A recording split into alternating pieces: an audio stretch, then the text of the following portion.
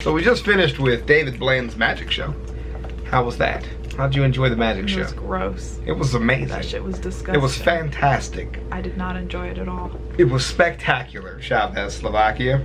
And now we're gonna take Skitten to the Salmonella Academy.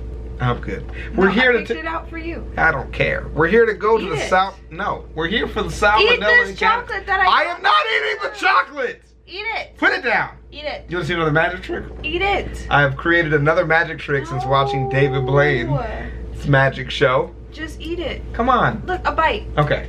No, I'll hold it. Okay. All right. Sit on your hands. No, not sitting on my hands. Sit on your hands. No, I'm not gonna sit on my hands. But I'll let you feed it to me. Yeah.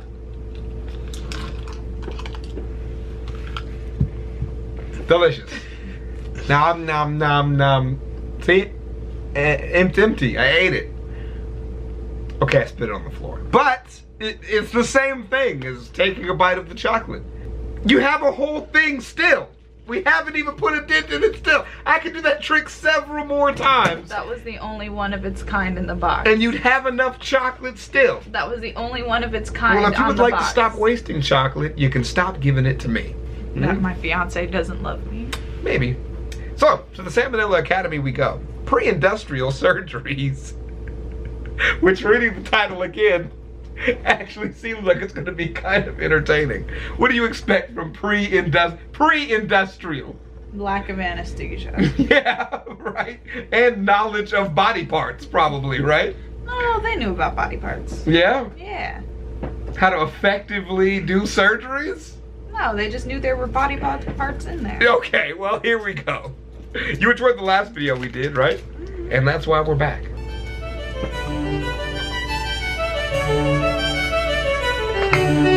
You didn't dance during the intro. Hey kids, had a bad day? Well, could be worse. You could be living in a world without modern anesthetic. Today, we'll be talking about some surgical procedures carried out long before the development of medicine as we know it today. Now, once you go back a certain distance, the line between operation and mutilation is pretty thin. So, for our purposes, surgery refers to any bodily manipulation carried out with the intent of fixing some injury or illness. Okay. And away we go. The very first surgery that we have historical evidence for dates as far back as 6500 BC.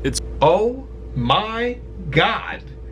I mean, I guess they had to do surgeries that long ago, right? I mean, yeah. But like, people's appendices were bursting even back then. You know what we should look up after this, like right after, is how they did brain surgeries in Rome. Hell no. Yeah, dude, No that shit's way. hilarious. It's called We'll do that right trepanning, after. which is a nice word for carving someone's frickin' skull open using nothing but a rock. Yeah. Maybe a rock on a stick if you were lucky. What? In all seriousness, What? For why? I don't remember why. I just remember that it used to be a thing.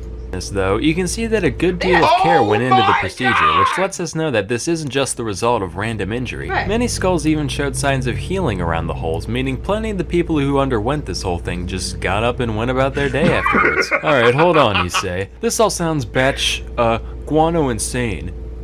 No way this was that common of an occurrence. Well, friend, if you've been watching this channel long enough, you should know that if you give human beings the benefit of the doubt, chances are they'll prove you wrong. In fact, so far, over 1,500 trepanned skulls have been dug up all across the globe, from Europe to China and even the Americas. This means that between 5 and 10% of all skulls that we've found from the Neolithic period have had at least one man-made hole scraped into them. So they just thought that you have an ailment, brain surgery is the solution? I think I read one theory where they were doing it so that they could hear the gods better. Get the fuck out of here. But I mean, your ears are on the side of your face. Yeah, but gods don't communicate through ears. Right, your head, inside of your head. So if you heard voices, it was a good thing. And just open up the hole and just fucking yell inside of it. To put it this like that toddler, the YouTube comment. Oh my God. Based on that data, there's a greater probability of someone born in the late Stone Age having their brain matter exposed by some shaman with a chunk of flint than someone born in the USA being a redhead. To this day, nobody really knows why this was such a common practice, but most theories tend to revolve around the idea of releasing some kind of dark supernatural force from the patient. Man, I'm getting real sick of all these evil entities infecting our minds and bodies. You can say that again. I tell you, I need these demons like I need a hole in the head. No way. Fast forward to 600 BC. Over in Actually gets India, a there hole lived in a the guy head. called Maharshi Susruta. Now, this guy was a medical mastermind. He wrote a treatise known as You know I'm fit to read that. Susruta. Now, this You know I'm fit to read that, right? How to remove a hangnail without ripping your whole fucking finger open. Yeah. House MD episodes. Why asparagus make your pee smell. Proper dump frequency. Other. And inbred or just weird looking. Inbred or just weird looking. This guy was Weird. a medical mastermind. He wrote a treatise known as Susruta Samhita, which described countless different conditions, treatments, and yes, even surgeries, one of which is the first recorded instance of rhinoplasty. That means nose job. Yeah. A hornbill's a type of bird. I'm here too. Anyway, here's how it's done Emu. according to Susruta. First, you get them plastered, obviously. Second, you use a leaf to measure out the part of the nose you want fixed. Then, you use the leaf to cut off a flap of skin from the cheek or forehead of the patient. This part's important though. You gotta remember to leave a little piece of it still attached. Otherwise, you just got a chunk of dirty dead face meat on your hands. Now, wherever you're looking to stick the new flesh on, you rub that part raw with a knife. Also, you're gonna want to stick 2 plant stalks in their nostrils so their nose keeps its proper shape. Slap the skin on, suture it, dust it with licorice powder for some reason, and cover it with cotton. Sesame oil should be regularly applied until the skin is fully healed. If you're like me, you already do that by oil? default, so it shouldn't be an issue. Finally, at long last, your sniffer is reborn. Don't worry, you still look like a freak. Just slightly less so. Moving on, What, you're just gonna move on from how barbaric this would be if you're awake. You're not napping. But you're drunk as shit. You're drunk as shit, but you're still up. Being drunk doesn't mean you don't feel. I'm gonna disagree. I Really? get drunk quite often. So I can cut your fucking nose off and shove sticks up there and then sew your fucking face and then just wrap you up and you're gonna be fine. Look, people get blackout drunk all the time and don't remember shit. the next just surgery saying. took place in 10th century Spain on Sancho I of Leon, otherwise known as Sancho the Fat. Okay, Now, Sancho normally the back Fat. in the day, having some meat on your bones was a sign of wealth and power and all that, but this guy was like TLC documentary tier, to the point where he could hardly function as a human being. So his constituents said, 500-pound "Greetings, life." your thickness. Yeah, you Your can't be king anymore on account of you keep breaking every horse we give you, and nobody wants to wash between your accordion-like neck folds no more." not happening. After his adipose got him deposed, Sancho decided to seek medical help for his condition, under the oversight of well-reputed physician Hasdai ibn Shaparud, which is an anagram for paintbrush aids. Now, if there's one thing that medieval man Touche. understood, it's practicality. Lap band, gastric bypass, belly balloon, these all exist to help people who don't have the self-control to stop eating so much on their own. But Dr. Shaparud didn't believe in beating around the bush. He said, well, why don't we just stop the patient from shoving food into his own greasy maw in the first Right. place? And decided to just up and stitch the dude's lips together. Get After the fuck operation, outta the only here. nutrients that Sancho received came through a straw, in the form of a mixture known as thoracica, which was a complex blend of several herbs, fruits, and seeds. He just says this shit like it's so fucking plain Jane. You know what I mean? Like, just like casually talking about sewing the man's face. Talking about this man making Deadpool. Yeah. including opium. It was basically the closest thing you could I cut find. it out right before he said opium. Blend of several herbs, fruits, and seeds, including opium. It was basically the closest thing you could find to lean at the time. Insert 21 Savage music here. This man is getting lit. Maybe the surgery's not so bad, actually. And lean he became, losing around half his weight before ascending to the throne once more. Now he's addicted to opium. Huh? But I mean, what did he do? He just showed up and he was just like, hey. Well, I mean, I guess he didn't say anything. Right, because his mouth is sewed together. I shut. thought that was just a good joke. I got you. Well, maybe it wasn't sewed shut for the rest of his life. Maybe it was No. only sewed shut for a minute. For him to lose weight, right. Oh, I thought they sewed his mouth shut forever. What? Oh, you're a fat ass. You don't get to talk for the rest of your life. No, it's instead of doing lap band or something, you sew their mouth to lose weight. Forever. No, not forever. Just until they're not fat anymore. But then he'll just get fat again, so just show his mouth shut Okay, forever. well, we're about to find out what happens next in the story, Jacqueline. I'm just saying. I'm talking about the opium dependency. But you're worried about him not being able. Okay, I can see where you. Yeah, I can see where. Yeah. So okay. this is the part of the video where I pander to the desires of the video. The battery, the thing lost the thing with the stuff. That's very informative. Yeah, so if we're back, we might be just cut off or whatever. Who gives a fuck? All right, back to dude's mouth is sewn shut. I was worried about the lean and opium dependency. You're worried about him never being able to talk again. Well, I just didn't understand. I'm not worried about him never being able to talk again. My concern is if his mouth is sewn shut, you have to talk to be king, and I just don't understand how you even rise to the throne again with your mouth sewn shut. Like, what do? You roll up and you're like, just a series of yes and no questions, probably. He can't even ask any questions. Yo, the squire and everybody, they all know. There'd be, Oh, okay. His, yeah, All servants and peasants and stuff. I also think it's hilarious that, like, he got fat shamed into not being king anymore.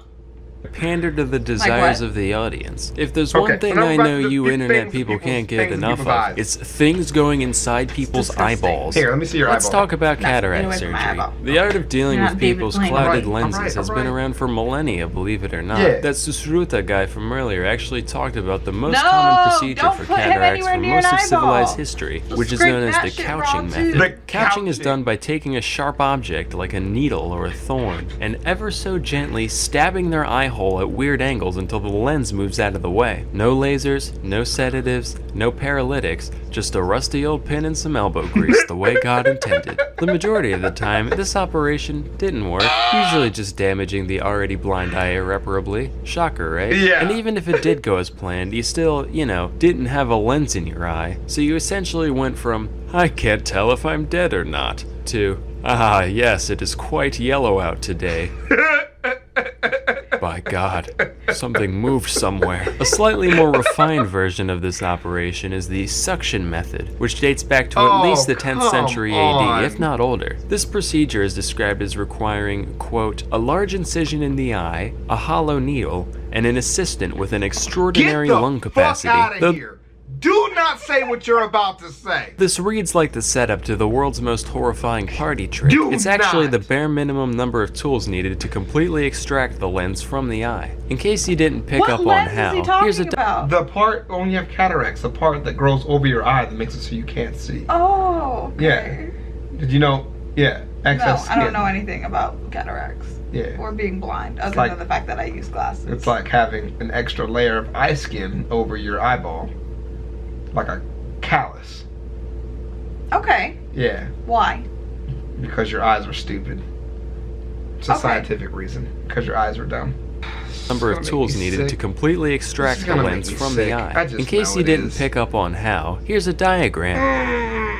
This method generally saw a greater success rate and fewer complications than its non-extracting counterpart. So hopefully you can sleep well tonight knowing that the number of human beings who have sucked a piece of somebody's living eyeball through a straw is above zero. Anywho, let's all just be thankful that we live in an era where procedures like these are a thing of the past. Now remember kids, even though the surgeries I described here do sound pretty easy to pull off, please don't try them at home. Please. But if you do, please put it on Live Leak afterwards. But you know what you can do at home. Yeah, but I want to see about that drill that guy made to drill into people's skulls. There's a pretty good graphic of it. Oh, he's Indian. This is an Indian thing. I'm just showing you pictures of drills people used to use in people's heads. Yeah, that's terrifying. Making holes in the skull. There's a whole other one. Drilling by hand into the skull of a living man. An hour of brain surgery, which is surprisingly, ow, that hurt. I'm trepanning you. Okay, but you could do that without actually trying to drill into my skull. No, be gentle. No, they weren't gentle in Roman times. You don't need to be. Look, it even says without anesthesia. It was fashionable on the, what? No. Okay, they say this is bringing luck or to offer sacrifice. That makes sense. Stop. Let out the evil spirits, Chavez. The round slab of bone taken from the skull is used as an amulet. Ooh, I want to find a skull amulet. Yeah, some of these are just the same thing you were talking about. with, you know, like bad spirits or demons or like just shit that they don't understand, so they drill into your fucking head. Right. Epilepsy and blindness. Those things don't work by just drilling into my head. You know, you'll never know until you try. They don't know what the different sections of your brain do either. They're just drilling in different parts of your face. Like bloodletting. Yeah, that's what I'm saying. Like, no, that does not help you at all. Like, just putting the hole there doesn't help. I'll see you guys in the next one. So don't have any ancient surgeries on yourself. Don't do it. Because it's gonna hurt.